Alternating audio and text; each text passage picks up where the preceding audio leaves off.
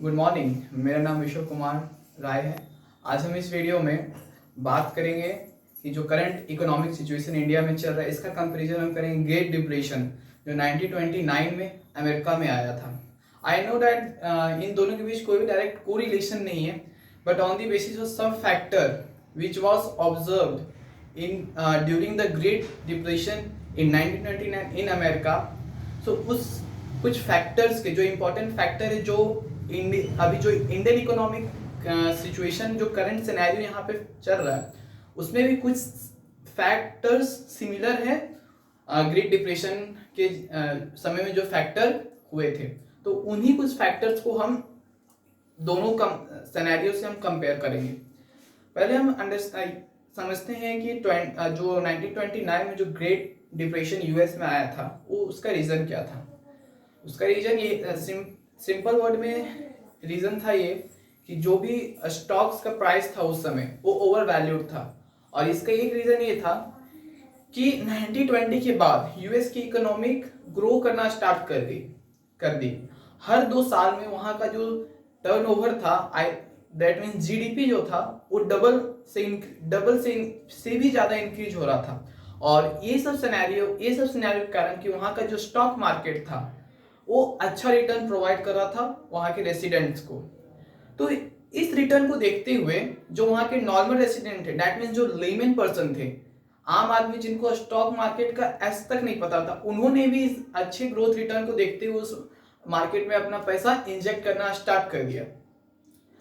कुछ समय बाद जब स्टॉक मार्केट भी वहाँ पे अच्छा ग्रोथ कर रहा था, स्टॉक मार्केट जिस लेवल से ग्रोथ कर रहा था उस लेवल से उस कंपनियों की जो अर्निंग थी सेटिस्फाई नहीं हो रही थी। मतलब मेरा कहने का मतलब ये है कि जो उनका स्टॉक प्राइस था मार्केट में, जो करंट मार्केट प्राइस था उस समय, मार्केट प्राइस पर शेयर जो उनका था वो उनके अर्निंग को सेटिस्फाई नहीं कर रही थी उस समय।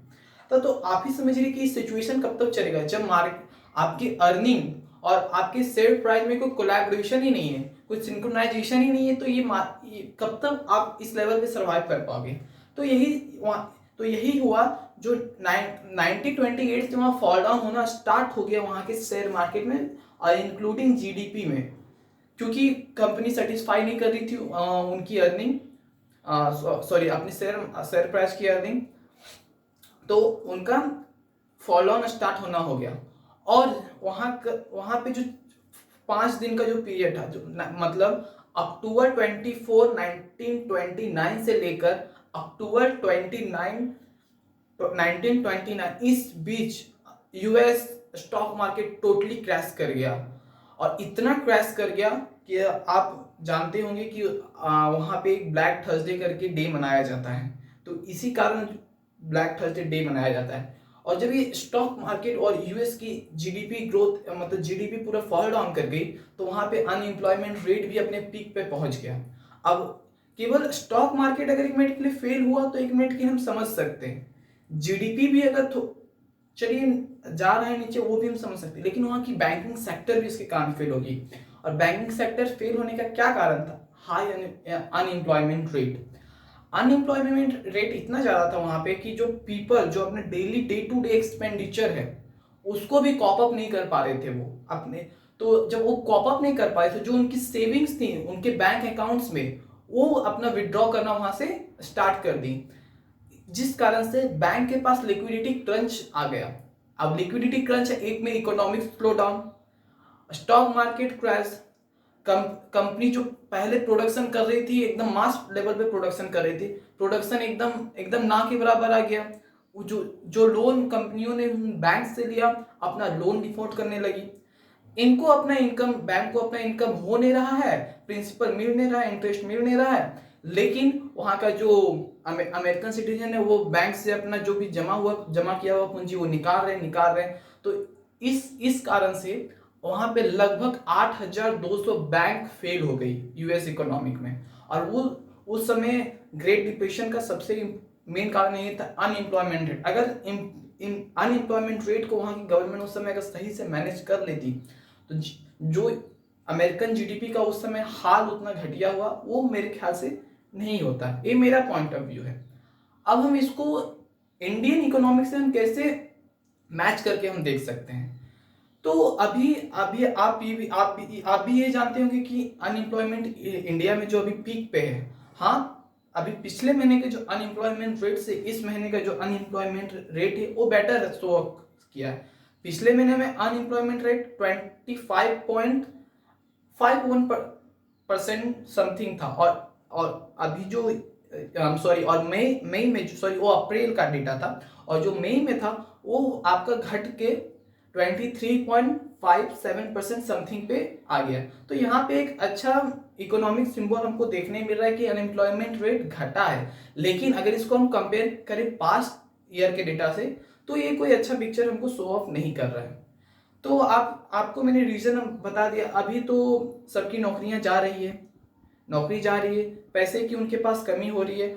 अब लोगों का माइंडसेट क्या हो गया है कि वो पैसा इन्वेस्ट नहीं करना चाह रहे, वो पैसा वो जितना ज़्यादा सेव करना चाह रहे, और सेविंग के कारण बैंक के पास लिक्विडिटी क्रंच भी आ सकती। और जो कंपनी या जो मैन्युफैक्चरिंग फैक्ट्रीज जो टोटली लोन पे डिपेंडेंट थी, या जो लोन लोन लेकर अपना अपना डे टू डे और कैपिटल एक्सपेंडिचर और वर्किंग कैपिटल को मैनेज करी थी डे टू डे एक्सपेंडिचर में, उनका भी अर्निंग उतने अच्छे लेवल पे नहीं हो रहा है। तो एकदम श्योर है कि वो भी अपना लोन को डिफॉल्ट करेंगे। आई थिंक उतने बड़ा लेवल पे तो इंडिया में नहीं होना चाहिए जहां तक मेरा मानना है। लेकिन अगर सपोज दैट होता है तो इंडियन इकोनॉमिक और जीडीपी कहां तक जा सकती है, एक मतलब आप मतलब अप्रॉक्सीमेट एस्टिमेट लगा सकते हैं। लेकिन उतना बैड सिचुएशन अभी इंडियन इकोनॉमी को फेस, मतलब अभी तो उतना नेगेटिव रिजल्ट तो देखने नहीं मिल रहा है। इंडियन इकोनॉमी ग्रो तो कर रही है, लेकिन जिस लेवल पे ग्रो करना चाहिए उस लेवल पे तो ग्रो नहीं कर रही। लेकिन कुछ इंटरनेशनल अथॉरिटीज हैं जैसे कि मूडीज, आईएमएफ और वर्ल्ड बैंक, इनका कहना है कि अगर कोरोना पेंडेमिक जिस लेवल पे अभी मतलब इंडिया में हाई लेवल पे जा रहा है, डे टू डे कोरोना की केसेस इंक्रीज हो रही हैं, तो आई आई मे बी गवर्नमेंट फ्यूचर में इसको एक्सटेंड कर सकती है लॉकडाउन। अभी तो लॉकडाउन वैसे टोटली बहुत सारे जगह, बहुत सा मैक्सिमम प्लेस पे तो अनलॉकडाउन कर हो है। लेकिन आगे अगर इसी टाइप से केस बढ़ते रहे तो लॉकडाउन हो सकता है। और जब लॉकडाउन होगा तो ऑफकोर्स है कि फैक्ट्रियाँ बंद होगी तो जो एम्प्लॉयज में वर्क करते हैं उनकी जॉब जाएगी, और जॉब जाएंगे तो अपना जो सेविंग उनके बैंक में वो तो विड्रॉ करेंगे। तो इस लेवल पे और इकोनॉमिक स्लो डाउन इंडिया में आ सकता है।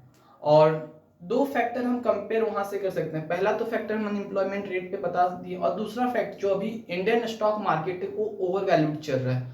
ओवर वैल्यूड कैसे चल रहा है? निफ्टी 50 का जो P ratio, that means profit earning ratio जो है वो अराउंड 23.51% रेशियो है, जो कि ऑलवेज 18 टू 20 पी रेशियो के बीच रहता है। तो यहां भी हम देख रहे हैं कि ओवर वैल्यूड सबका जो शेयर मार्केट वो भी ओवर वैल्यूड शो कर रहा है। और सेम सिनेरियो ग्रेट डिप्रेशन 1929 के केस यूएस में सेम केस ही हुआ था। वहां भी जो जब ऐसा सिनेरियो आया था तो जो स्टॉक मार्केट थी वो अपने पीक पे थी। जो जनरली यूएस का जो पी रेशियो होता है स्टॉक मार्केट का वो अराउंड 16 टू 18 पी रेशियो के बीच होता है, और उस समय P ratio around 25-26 P ratio पहुंच चुका था।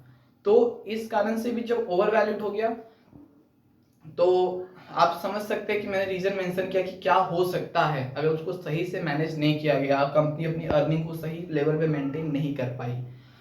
तो यहाँ पे दो टाइप के व्यू होते हैं, एक तो बुलिश व्यू होता है, एक तो बेरिश व्यू होता है। बुलिश व्यू क्या है? जिनका पॉइंट ऑफ व्यू बुलिश, वो उनका कहना है कि वैक्सीन कोरोना की इन्वेंट हो जाएगी। दूसरा, लॉकडाउन जो है कुछ एरिया तक ही एक्सटेंड है। तीसरा कि जो इकोनॉमी के फंडामेंटल हैं उनके कंडीशन अच्छे हैं। पांचवा, अनएम्प्लॉयमेंट रेट जो है वो भी धीरे धीरे डिक्रीज हो रहा है। जिनका बेरिश व्यू है वो कहते हैं कि कोरोना केसेस डेली बेसिस पे बढ़ रहे हैं, एक्सपोर्ट में कमी आई है। एक्सपोर्ट में कमी आई, आप जानते हैं क्यों आई है।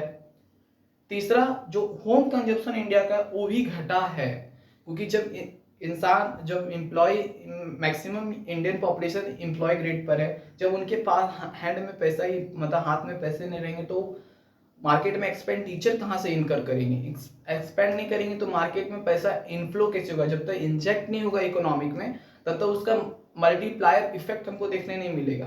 मल्टीप्लायर इफेक्ट आप मतलब समझिए, मल्टीप्लायर इफेक्ट एक इकोनॉमिक टर्म है जो अगर आप 1 रुपया इकोनॉमिक में अगर इंजेक्ट करते हैं तो उसका इफेक्ट 2 to 3 टाइम्स 1 रुपये से ज्यादा होता है। मतलब अगर आप 1 रुपया इकोनॉमिक में इंजेक्ट करें तो इकोनॉमिक में उसका इफेक्ट आपको 2 से 3 या 3 से 4 रुपया भी इवन देखने मिल सकता है।